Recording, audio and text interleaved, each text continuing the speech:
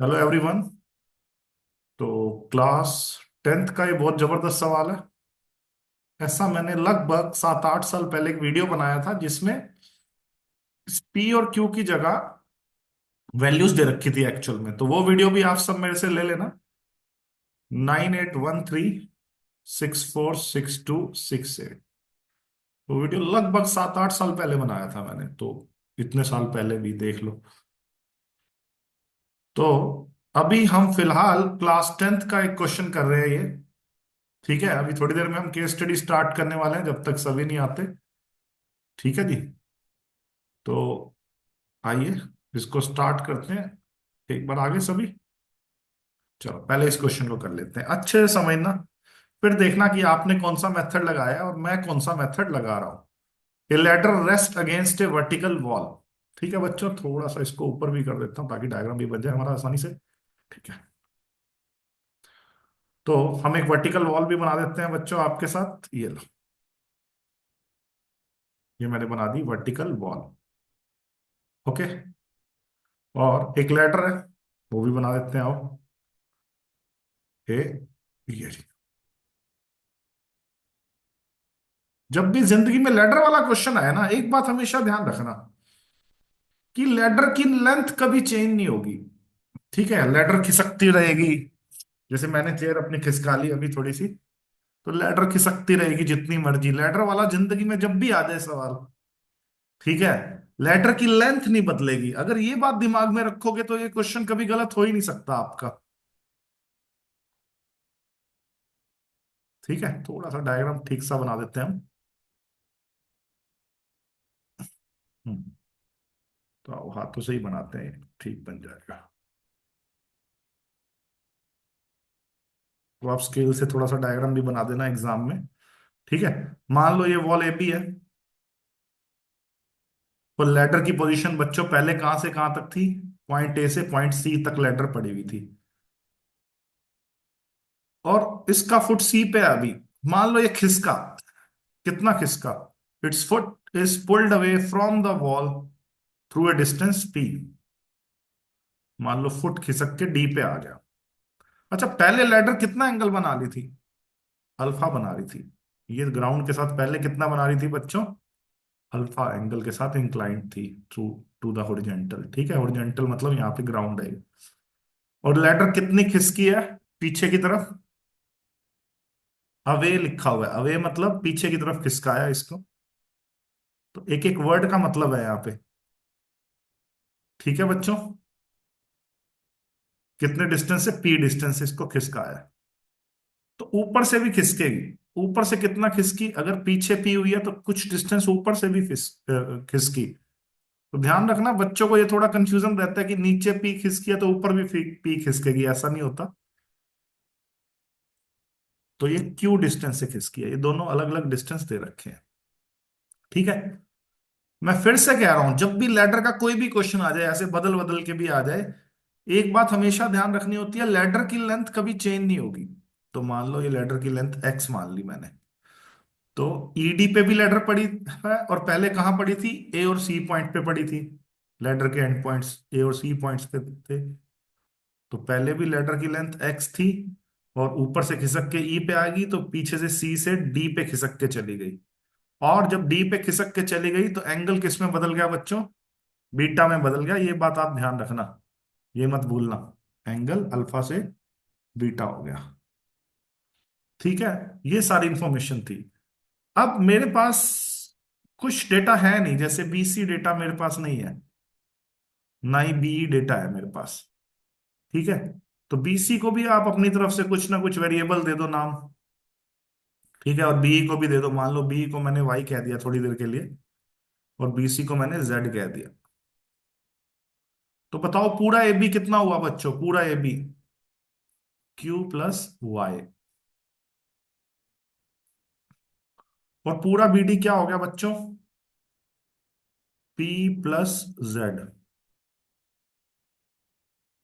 और दोनों ही केसेस में एसी लेटर ए और सी पे जब लेटर पड़ी थी पॉइंट, या ई और डी पे पड़ी थी, लेटर की लेंथ कभी नहीं बदलेगी। ये बात ध्यान रखना है आपने।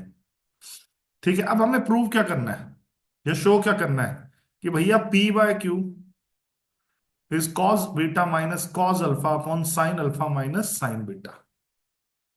ठीक है, तो मैं इसकी कौन सी साइड उठा लूं बच्चों? राइट हैंड साइड उठा लेता हूं। इसकी राइट हैंड साइड उठाते हैं आप, आपको एक सेकंड में समझ आ जाएगा। Cos beta minus cos alpha upon sine alpha minus sine beta. प्यारे बच्चों, कॉस बीटा के लिए मुझे कौन सी ट्रायंगल पकड़नी पड़ेगी? शाबाश, कॉस बीटा के लिए मुझे कौन सी ट्रायंगल पकड़नी पड़ेगी? E D B. देख गई, इसमें बीटा एंगल है ना जो बाद में डी पे बना था। तो कॉस बीटा ये रहा। इस कॉस बीटा की जगह कॉस होता क्या है? कॉस ऑफ एनी एंगल क्या होता है बच्चों? Base upon hypotenuse. क्या होता है बच्चों? Base upon hypotenuse. तो cos बीटा के लिए जो बेस बनेगा वो BD बनेगा, और BD है कितना बच्चों? P plus Z. अरे ये सारा ही गलती से हो गया, सॉरी फॉर दैट। देखते हैं वापिस आता है नहीं आता डेटा। ओ, इतनी मेहनत करी हमने। कोई बात नहीं, मैं दोबारा डायग्राम बना दूं बच्चों? ठीक है, कोई नहीं, मैं दोबारा डायग्राम बना रहा हूं आपके सामने। तो बताते जाना, मैंने बस वेरिएबल कौन से लिए थे, क्योंकि गलती से हट गया, आपको मैंने अनम्यूट भी कर रखा है। हाँ जी बच्चों, इस ट्रायंगल का नाम मैंने क्या रखा था पहले? ABC। और लेटर पहले कहाँ पे पोजीशन थी? AC। AC लेटर की लेंथ मैंने कितनी मान ली थी? X। ठीक है बच्चों, और ये एंगल कितना था यहाँ पे बताओ? एंगल कितना था शुरू में? अल्फा। अल्फा। बाद में लेटर खिसक गई, ठीक है, पॉइंट D तक पहुंच गई। और इस पॉइंट को मैंने क्या माना था? D माना था पीछे। और इसको क्या माना था? E माना था। ई। हाँ, आपके दिमाग में है ना डायग्राम? तो लेटर की लेंथ कभी नहीं बदलेगी, तो डी भी क्या रहेगा बच्चों? X। और बाद में एंगल क्या हो गया था बच्चों? बीटा हो बीटा। गया। अच्छा, ऊपर से कितनी खिसकी थी लेटर, याद करो? Q डाउन द वॉल, है ना? तो AEQ था। और DC क्या था बच्चों? नीचे से कितना खिसकी थी देखो? P अवे, देखो। और मैंने कुछ डेटा अपनी तरफ से मान लिया था। B को मैंने क्या माना था? Y, है ना? और BC को क्या माना था मैंने? Z। ठीक है बच्चों, तो उससे कोई फर्क नहीं है। आप बी को जेड दे दो, BC को वाई दे दो, आप अपनी तरफ से मान रहे हो, ये तो फाइनल आंसर में इनका कोई रोल ही नहीं होगा। मेनली जो ये डेटा है, लेटर की लेंथ भी आप X L कुछ भी मान लो, उससे कोई फर्क नहीं है, ये तो हट नहीं है, क्योंकि हमारे प्रूफ में इनका कोई यूज ही नहीं है, ना X का यूज है, ना Y का है, ना Z का है। बस ये एंगल्स ठीक बनाओ। शुरू में एंगल कितना था पढ़ो? अल्फा। और बाद में ये एंगल कितना हो गया बच्चों? बीटा। इनका यूज है, और किसका यूज है क्वेश्चन में? P और Q का। तो ये सही लिखो कि P भाई नीचे वाला डिस्टेंस है, नीचे से खिसकी है P, और ऊपर से कितनी खिसकी है Q नीचे की तरफ। बस ये आपने सही लिखना है। ठीक है, अब मैंने कौन सी साइड को पकड़ा था बच्चों? Right hand side. तो सबसे पहले मुझे ये बताओ, BD लेंथ कितनी हो जाएगी? BD length P plus Z हो जाएगी, बहुत बढ़िया। और AB लेंथ कितनी हो जाएगी बच्चों? Q प्लस OY हो जाएगा। अब मैंने राइट हैंड साइड को पकड़ा, तो राइट हैंड साइड को पकड़ के मैं लेफ्ट हैंड साइड लेके आऊंगा, cos beta minus cos alpha upon sine alpha minus sine beta. हाँ जी बच्चों, cos बीटा के लिए मुझे कौन सी ट्रायंगल पकड़नी पड़ेगी जल्दी बताओ? cos बीटा के लिए मुझे कौन सी ट्रायंगल पकड़नी पड़ेगी? EDB।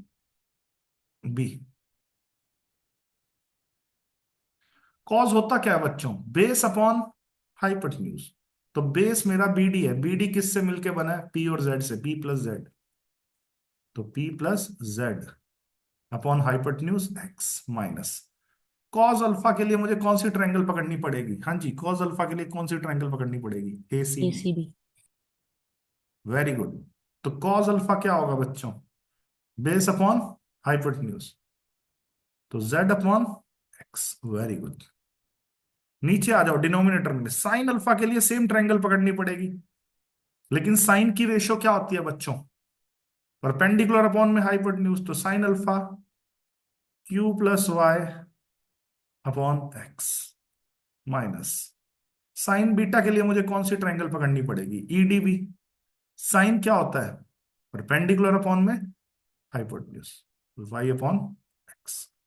तो अगर अब मैं इसको फर्दर सॉल्व करूंगा तो वेरी इजी, ऊपर न्यूमरेटर में एक्स एलसीएम आएगा, तो p plus Z minus Z सारा उड़ जाएगा, ये देखो आप।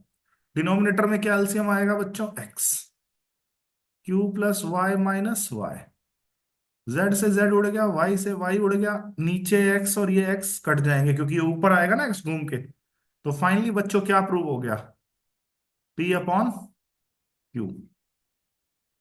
तो ये हमारी लेफ्ट हैंड साइड सॉल्व करके आ गई, मैंने राइट हैंड साइड से शुरुआत करी, मेरी लेफ्ट हैंड साइड सॉल्व करके आ गई। ठीक है बच्चों, क्लियर है ये बात।